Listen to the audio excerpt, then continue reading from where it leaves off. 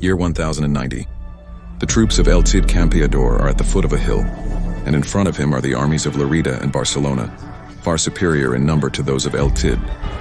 Rodrigo Diaz de Vivar had to prepare a strategy with which he could win the battle, a strategy that would rely on his Taifa allies. But the Count of Barcelona also had some tricks up his sleeve to defeat El Campeador.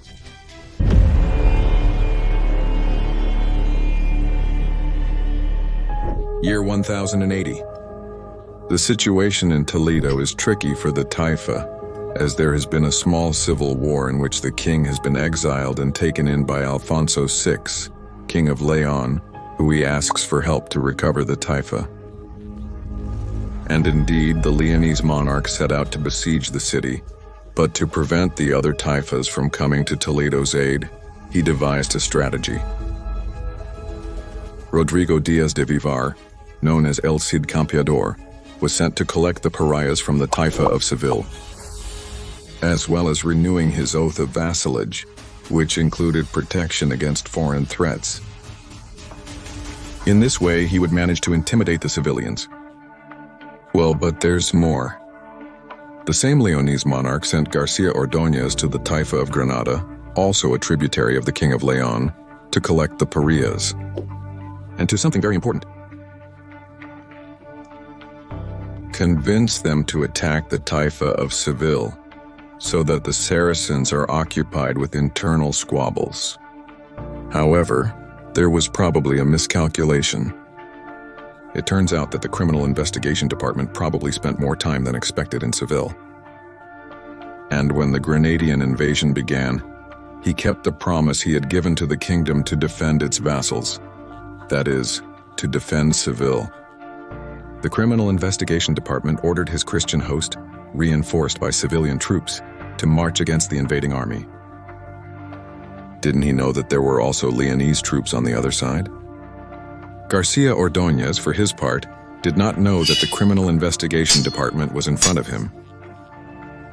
The battle was quick and the Granadans were destroyed and expelled. Garcia Ordóñez was taken prisoner. Thus began his hatred for Rodrigo.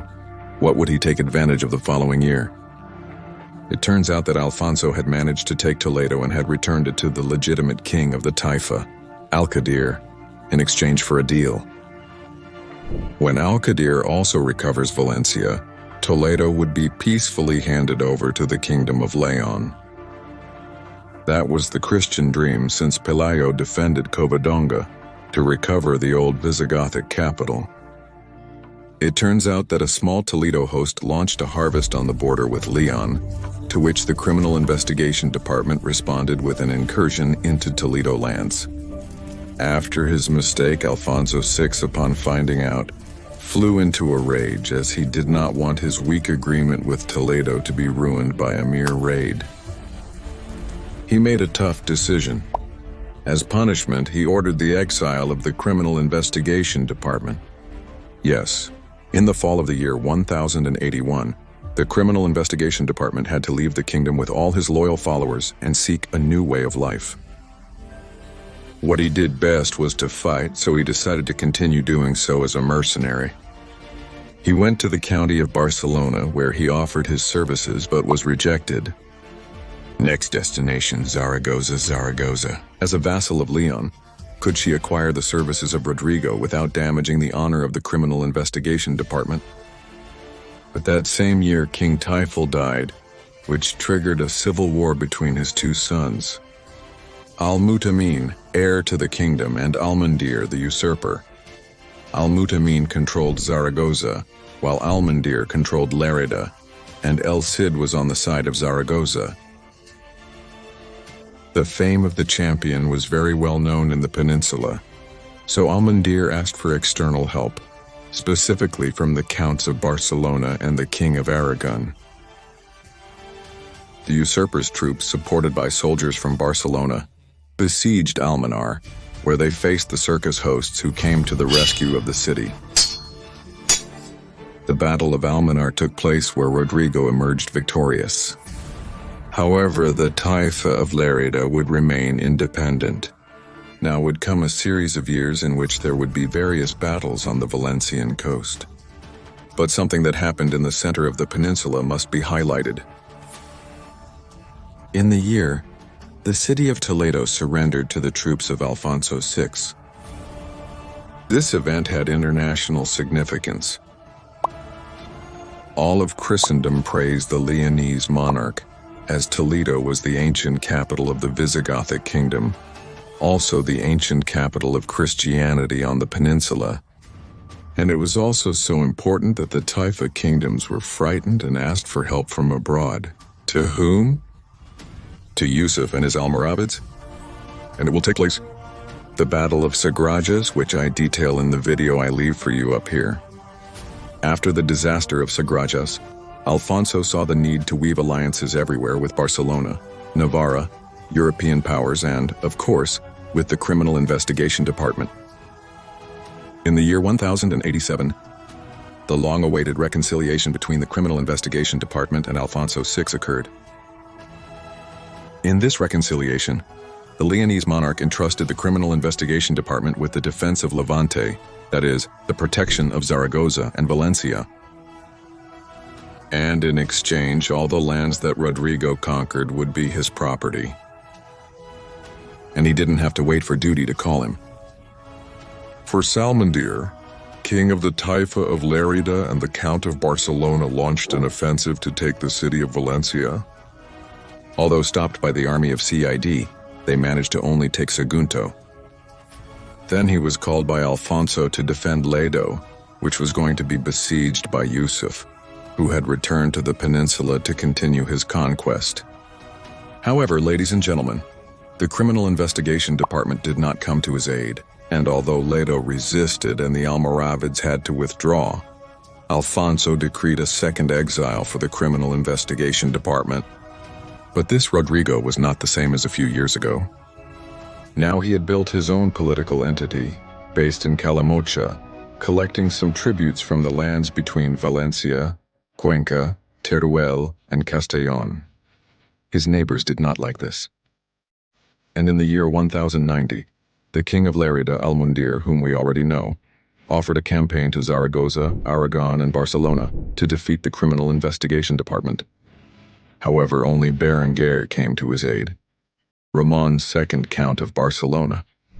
In the summer of the year 1090, Rodrigo's troops presented battle in the Pinar de Teba. El Criminal Investigation Department was outnumbered, so his positions were between two lush forests at the foot of a hill, so that he could not be flanked during the battle. He also had an ace up his sleeve. Muslim light troops at his service were ambushed in the nearby woods, ready to pounce on any careless enemy that passed by there. He just needed to lead the enemy to them. Rodrigo ordered a group of loyal soldiers, men he trusted, to flee in terror near the enemy camp, as if they were running from something, and most importantly, to let themselves be captured by the enemy. They were to tell the Count of Barcelona, who was leading the enemy coalition, false stories about El Cid's positions. They were to tell him that morale was at rock bottom, that the army was small and disintegrating, and that small groups of troops were leaving one way or another. Precisely the roads where the Muslims were ambushed. Berenguer Ramon fell into the trap. By mid-morning, a significant part of the army set off in the direction that El Cid's soldiers told them to, splitting into smaller groups to cover all the directions they had been given. Gradually, they moved away from the bulk of the host and, out of sight at a distant distance, they were ambushed by the Muslims. There were no survivors from those columns. Their screams were drowned out by the density of the forest, and no one was allowed to escape and alert the Count. With this trick, the Criminal Investigation Department had achieved numerical superiority on the battlefield. While this was happening, the center of the coalition began to advance, seeing victory within their grasp. The Criminal Investigation Department waited with his troops still, ready to resist the charge in a solid formation. But then, Rodrigo realized that he was not the only one with surprises behind his back. From the rear of his army, at the top of the hill, Enemy troops appeared from among the trees, running downhill to pounce on their unprotected backs. Was it a trap? Berenguer Ramon? During the night, he had ordered a significant group of foot knights to surround Rodrigo's positions, to penetrate the woods and climb the hill unseen. Ready to charge, when the battle began, El Cid, aware of his numerical superiority, decided to launch an attack against the enemy center. He commanded a few soldiers to create a shield wall and withstand the surprise attack, while he, along with his cavalry in the vanguard, charged against the enemy coalition. The Count of Barcelona's center was destroyed. The cavalry charge had been lethal, and enemy soldiers were falling by the dozens, by the hundreds. However, during the charge, Rodrigo Diaz de Vivar, the Cid champion, was seriously injured and fell from his mount, getting lost among his men. Once the momentum of the charge was lost and the riders lost the advantage, the Criminal Investigation Department's infantry charged after their cavalry, slipping through the gaps that the knights had opened, and took over in the destruction of the enemy troops. These, who did not expect such size push, who had lost cohesion, whose formation was completely disarrayed, and whose morale was falling dangerously fast, were swept away. Meanwhile, the Count's knights charged against the Criminal Investigation Department's reserve, who, experienced and with spears at the ready, were able to cause casualties among the enemy and maintain the position. Enough time for the opposing vanguard to be eliminated. The knights on this side, after glimpsing the carnage that was taking place, turned around and started to run away from the battlefield. This battle was a decisive victory. Rodrigo, who survived the wound, collected almost 2 tons of gold for the ransom of the prisoners, among whom were the Count of Barcelona himself, Berenguer Ramon, and various nobles who were loyal to him. This military victory also extended to the political sphere. Aragon and Zaragoza were willing to agree on a military alliance with him. He had become the undisputed owner and protector of Levante, and was at the gates of Valencia. He was at his best when he received a letter from the wife of Alfonso VI asking him to help her husband, the King of Leon, to stop the expansionism of Yusuf, as he had decided to eliminate the Taifas and extend his empire to the peninsula. Rodrigo, understanding the danger this represented, accepted the request and left to join the army of Leon, which was heading south. Where to?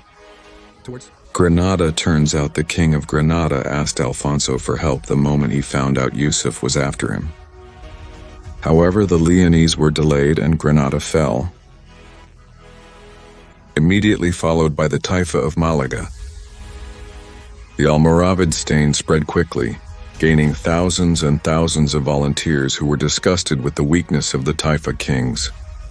And they saw in Yusuf a liberator who would return religious orthodoxy to Andalus. However, we are going to continue focusing on the Criminal Investigation Department, who will see how Valencia, whose Taifa he must defend, is going to be attacked by the Almoravids. Why? Well, because in the year 1094, only 2 Taifas survived the Almoravid invasion, the Taifa of Zaragoza and the Taifa of Valencia. The one in Badajoz just fell. El Criminal Investigation Department will have to fight separate battles to defend his interests and those of his vassals on the coast. But we will see this in the next chapter.